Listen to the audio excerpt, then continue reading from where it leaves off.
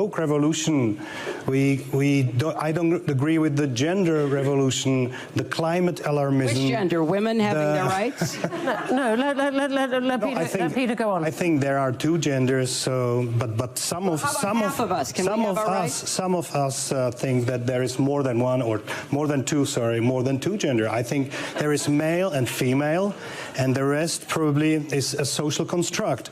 So this is something that went too far. But does that justify selling out the people of Ukraine who are on the front lines dying to save their freedom and their two genders, if that's what you're worried about? Can I please finish my points? I'm sorry that it makes you nervous. I'm really sorry for that. It makes me nervous. It makes me but seriously, can we let Peter finish, please? Can we let Peter finish, please? I have to say one more thing. You said that Ukraine fights for our future and for our freedom. I think first Ukraine fights for Ukraine's future, Ukraine's freedom, and Ukraine's sovereignty and independence. So we should help them, of course, but what I see on some people in the West, they are trying to help the Ukraine. But that's another question. I don't know if Trump's administration is helping the Ukraine to stop the war. I believe that there is such an approach. I don't see any other strong geopolitical player who would be able to force Russia to stop killing the Ukrainian people and stop destroying their country. I don't see. Maybe China, but China makes nothing. I don't know if the pressure, if Trump is forcing Russia in the way that they will stop the war. I don't know. I only see that the only Americans right at the moment can make it. I see the dialogue. Do you think Europe could put more pressure on Russia, for example, by putting pressure on Turkey, by targeting the refineries of oil more, and so on? I think Europe also makes some pressure. We release sanctions. We do what we can. But I think the Russians, they probably don't care. When I visited Ukraine, I saw the goodwill of all people in Ukraine. They were really united and willing to stop the war. But they're keeping fighting. They also made some steps that probably a year ago no one from them would allow to say or even suggest. Now they are ready to make some steps back. Now it's ball on the Russian side, but I don't see any goodwill on their side. So indeed, we probably are agreed on that point. Peter, will you forgive me? I want to come on to Ivan, who's been writing and looking at this for a long time, from Sofia and other places. Now, listen, there are two conversations, and I want to make 2 points. One is, if we really believe that it's about conservative versus liberal, then conservatism is very much about sovereignty and the national community. The way the American administration now defines the freedom of speech is basically the right of the American technological companies. If you're conservative and if you're a nationalist, you're not going to allow this. And there is a major clash of values. Listen, probably the business interest of some of the company is to address people with artificial intelligence. If you're basically going part of the community, are going to allow this? And I'm saying this because this is part of the tensions that now we have between Europe and the United States.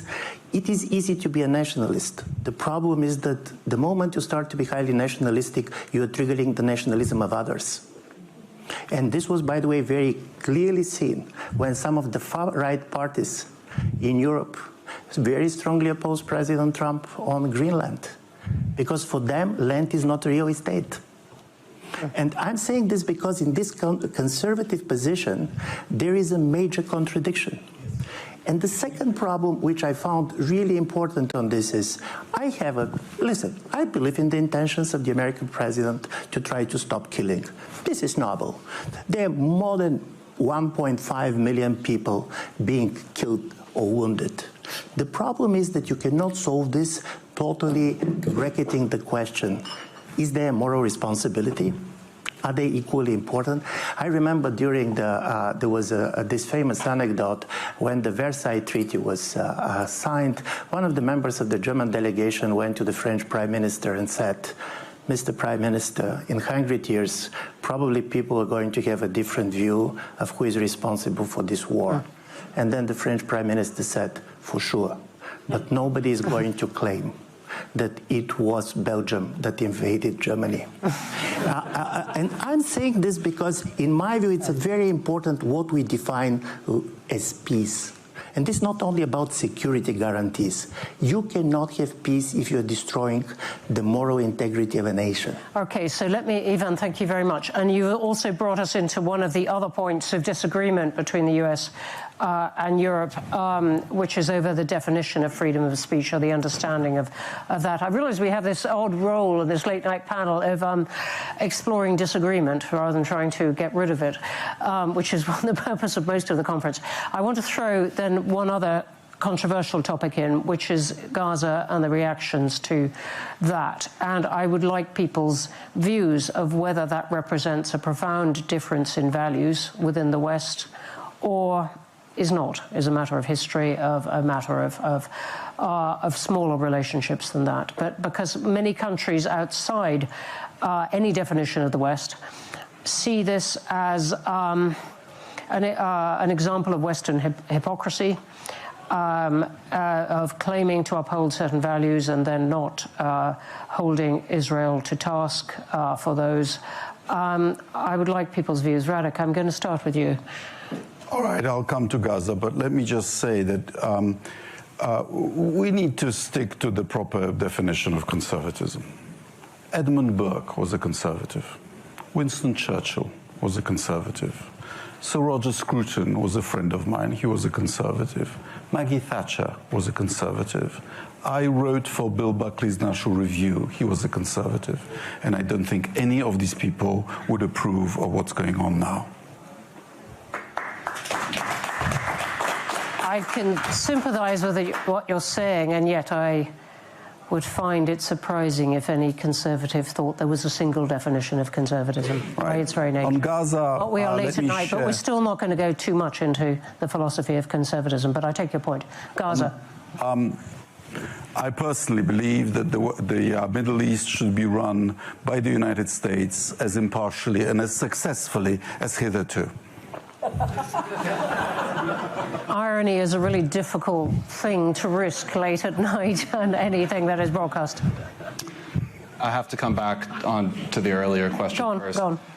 I mean, let's talk about the plan for the resolution of the Russia-Ukraine war that's offered by those who propose that it be continued. There is no plan. There is no plan for a successful ending of the war on the battlefield. There is going to be no ending of the war on the battlefield. But the moment that President Trump called for negotiations to happen, many voices just tried to put him into the box of being a Putin apologist. By the way, it was that point which led to the abuse of the American technological platforms by the American left, kicking off the President of the United States when he was still sitting as president. I don't think it's the fault of the American technology companies that they produced platforms that everyone wanted to debate on. That's really not the issue. That's not the freedom of speech issue that we're talking about. Encourage polarization. That we're talking about in the United States. But it is a problem when political parties in Europe are excluded from participation in debates, and I'm very grateful to the Munich Security Conference for hosting this debate. That's the issue, and in some cases, legacy media networks are perpetuating that. So it's not just a question of the American tech platforms. The media is still plural and very plural. Yeah, but political parties have been excluded. And this is a precise issue. Political parties have been excluded from public debate in Europe. And by the way, yeah, we exclude fascists. Today. Let me just. Anyway, I just want to stick, broadly to the title that we have. That we have the indulgence of post 10 p.m. I think, but you know, the point, the counter to what you're saying is that peace without principle, first, won't last as peace, but second, betrays the principles on which the West is founded, and therefore isn't worth it. It undermines the West. That would be the resonant counter that Ukrainians and others are putting forward. Let's see what happens rather than trying to box President Trump and the administration into a corner and smearing them as Putin apologists who are about to sell out a country. Well, he did put up a Putin picture in the White House. Right. But I thought you were grateful for the new demands that the American administration has put on Europe. I mean, I think that's something that we're all agreeing has been something. I don't have a Putin picture in my house. For now. That's good. For now. I think, yeah. No, I think. I'm still trying to find people who want to rise to this one word, Gaza. No, which is an unusual experience for me. I think Ukraine is at the heart of what the West division is, and I think that's why both Radek and Gladden went back to it, because first of all, the Ukraine war started after Trump left, so anything he said on social media that got him kicked off for a while had nothing to do with Ukraine. There is a plan. The plan is give the Ukrainians Tomahawks. Give them more missiles for their Patriot defense systems. Allow them to inflict more damage beyond the border into Russia. That's when they began to actually think about coming to the negotiating table, when Ukraine was able to reach targets that were inside Russia. Inflict enough pain. I mean, it apparently is not enough pain to have hundreds of thousands of Russian soldiers killed and injured. That is not enough pain for Putin. But inflict pain on the refineries, inflict pain on the missile sites, inflict pain that will actually create the conditions for a better negotiation. And it is very. I want to come to Peter and Ivan quickly, and then we're going to leave. The MSC has produced a clock. I thought at the beginning the rules-based order had broken down enough. We're going to do without a clock, but we have a clock, and we have time for questions. Peter and Ivan, quickly on these points. These points, well, first I think we should try to learn to listen to each other and not to label the ideological opponent as the public enemy. We are here on the West, and let's respect ourselves in the differences we have. So I don't really like such a labeling as fascist. I think it's there are fascists in the world. Well, maybe there are, but including in Europe. I think there are. It ended some 70 or 80 years ago. No, it hasn't. Hopefully, this is something I don't really like. That every day, every time I hear labeling someone as fascist or Nazist or whatever, I think we should calm down, because this is dividing the society. We are maybe you are smart people. I'm not as smart as you, but so we should try to learn to talk to each other again, because this is something that went too far. I don't want to talk about the Ukraine, because it's the whole day talks, important talks. I listened to President Zelensky, what he's saying, and he's got the horrible position. I'm not sure if Ukraine is able to use the military to beat Russia. That would be perfect. That would be perfect. But I think we should be realistic. So the first should be the ceasefire. I don't know how to make it. I think that I don't want to repeat myself. That. No, all right. Thank you for the points you made.